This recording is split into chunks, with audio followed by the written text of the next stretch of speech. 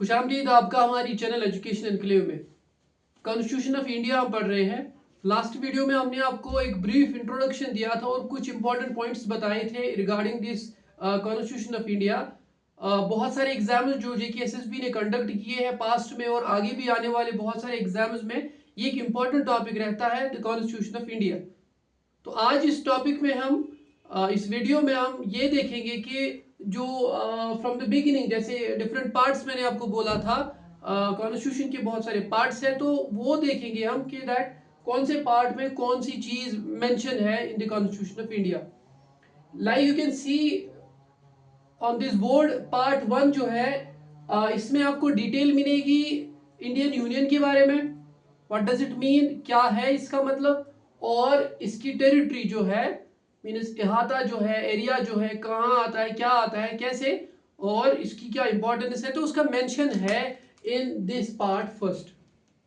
And the second part of this constitution, it deals about the citizenship, जो शहरियत है, जो India के शहरी है, सिटीजन्स है, नागरिक जिसको बोलते हैं हिंदी में, तो वो डिस्क्राइब किया गया, वो एक्सप्लेन किया गया कि कौन हो सकते हैं और कौन है। रिसेंटली जैसे इसमें अमेंडमेंट्स भी की गई थी इंडिया में, जो कि जिसके ऊपर बहुत बवाल हो चुका था। तो ये जो पार्ट जैसे आपने पहले देखा, यूनियन एंड टेरिटरी 1 से लेके 4 आर्टिकल्स जो है ना इसके बारे में डील करते हैं।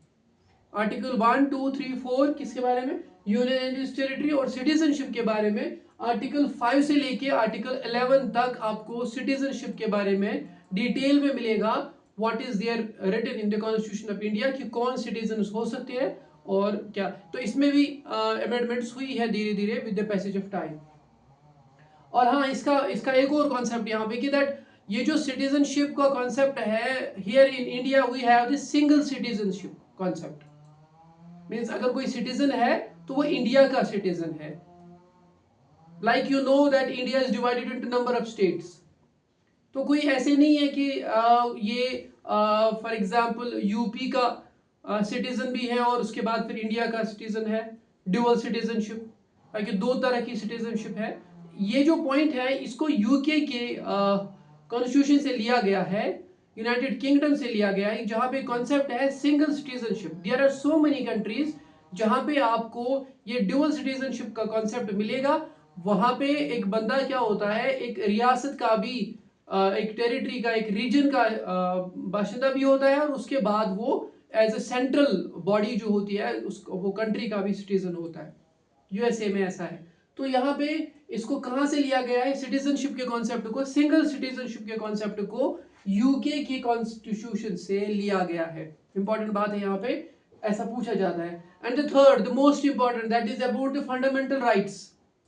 फंडामेंटल राइट्स आर्टिकल 12 से लेके आर्टिकल 35 तक, तो बहुत सारे आर्टिकल्स हैं जो इसके बारे में डील करते हैं। और इसको कहां से लिया गया है, इसको लिया गया है यूएसए के कॉन्स्टिट्यूशन से।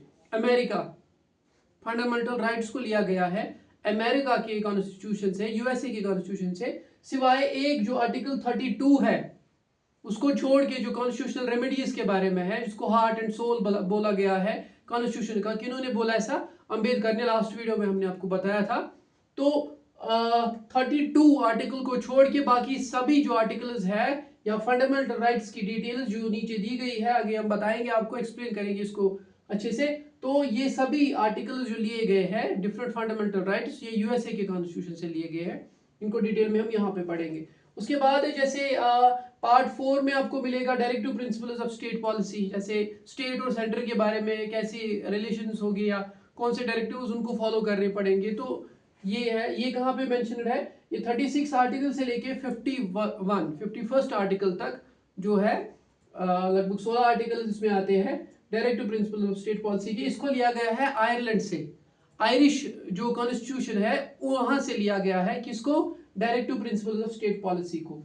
और उसके बाद एक और इंपॉर्टेंट पार्ट, क्योंकि आज की लेक्चर का लास्ट पार्ट है, that is part 4A। Part 5 नहीं है ये, पार्ट 4A, क्योंकि इसको ऐड किया गया है बाद में। इसको बोलते हैं फंडामेंटल ड्यूटीज।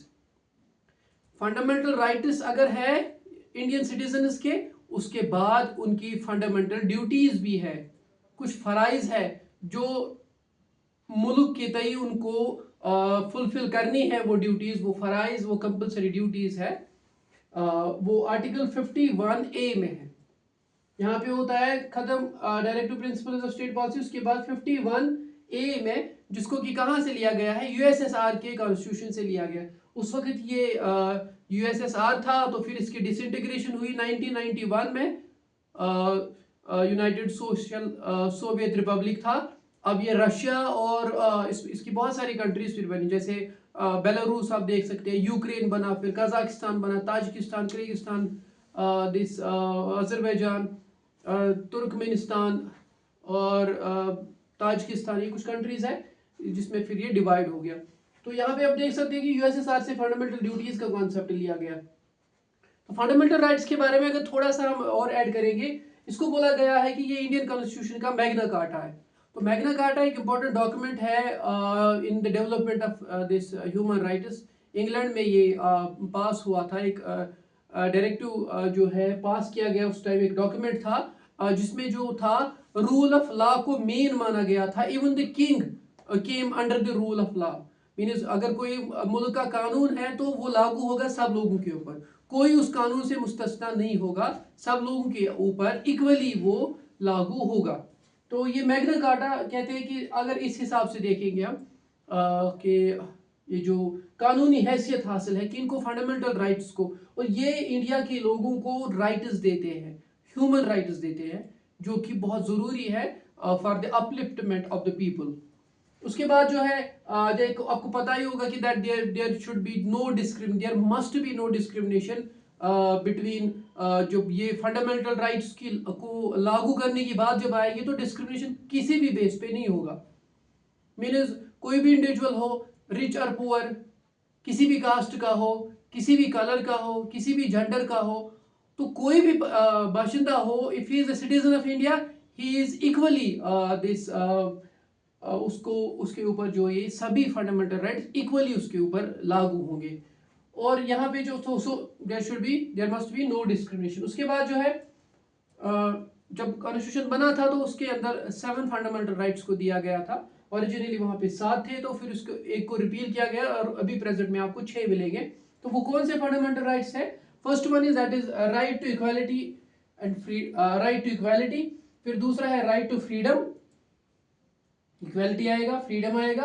अगेंस्ट एक्सप्लॉयटेशन, तो किसी की कोई एक्सप्लॉयटेशन नहीं हो सकती है, चाहे गवर्नमेंट इदारा होगा, कोई भी होगा। तो फ्रीडम ऑफ रिलीजन आपको मिलेगा, कॉन्स्टिट्यूशन देता है आपको उसका हक। कल्चरल एंड एजुकेशनल राइट्स मिलते हैं आपको, 5th है ये। उसके बाद है 6th फंडामेंटल राइट है, वो है प्रॉपर्टी का, जिसको रिपील किया गया था 44th अमेंडमेंट एक्ट जो हुई थी 1978 में, उसमें ये राइट टू प्रॉपर्टी को निकाल के इसको एक लीगल राइट बना दिया गया। मीन्स ये फंडामेंटल राइट नहीं है, एक लीगल कानूनी तौर से आप अपनी प्रॉपर्टी रख सकते हैं, तो इसको रिपील किया गया, इसको निकाल दिया वहां से। Then the 7th one is right to constitutional remedies, ये बहुत इंपॉर्टेंट है कॉन्स्टिट्यूशनल रेमेडीज का। मीन्स कोई फंडामेंटल राइट अगर लागू नहीं होता है, आपको लगता है कि दैट ये आपके ऊपर इम्प्लाई नहीं होता है, तो you can reach out to the court etcetera, तो वहां से आपको उसका इजाला हो सकता है, आपकी उस ग्रीवेंस का। हाँ, एक और खास बात यहाँ पे है, that is this constitution of India, या जो ये फंडामेंटल राइट्स है, they are not fundamental rights, they are not permanent, ये परमानेंट नहीं है, they can change with the passage of time, need के हिसाब से। अगर जो हुकूमत होती है या पार्लियामेंट होता है, तो उसको लगता है कि that there is need in modification, या किसी इमरजेंसी सिचुएशन में वो इनको रिपील कर सकते हैं, लिमिटेड इनके ऊपर रिस्ट्रिक्शंस लग सकती है, तो ऐसा हो सकता है। दे आर नॉट परमानेंट की in every type of situation ये हो सकती है, बट कुछ ऐसी सिचुएशंस आ सकती है कंट्री में, वॉर लाइक सिचुएशन, इमरजेंसी, कुछ सिविल वॉर्स दूसरी कंट्री के साथ वहाँ, तो वहाँ पे इनके ऊपर कदगन लग सकती है, सो दे आर नॉट परमानेंट। एक और, या फिर इनको फंडामेंटल राइट्स को भी जो है पार्लियामेंट जो है वो बेसिक स्ट्रक्चर जो पार्लियामेंट का इसका कॉन्स्टिट्यूशन का है, वो चेंज ना किए बगैर भी इनको अमेंड किया जा सकता है। एक और खास बात, that is they are the justiciable. Justiciable का मतलब हो सकता है कि फंडामेंटल जस्टिसेबल है, इसका मतलब ये है कि दैट आपको अगर लगता है कि दैट आपके हुकूक आपको नहीं मिल रहे हैं या उसमें कोई कमी रह रही है कहीं पे, तो you can reach out to the court, supreme court, वहाँ से आप उसके लिए जजमेंट ला सकते हैं और अपना हक हासिल कर सकते हैं। तो यहाँ पे भी एक ओपन है। तो ये आप देख सकते हैं, ये कुछ बेसिक है।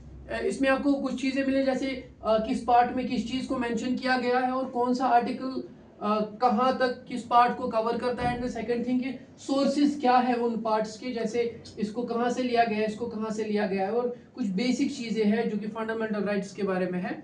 They are the most important thing. जब आपको बेसिक पता होंगे ना कॉन्स्टिट्यूशन ऑफ इंडिया के, देन आपको बड़ी बड़ी चीज़ें भी आगे जाके फिर इंशाल्लाह डेफिनेटली आपको समझ आएगी वो बड़ी चीज़ें। This is the brief and the basic things regarding this constitution of India. तो आज की वीडियो के लिए इतना ही। तो मिलते हैं अगली वीडियो में। अल्लाह हाफिज़।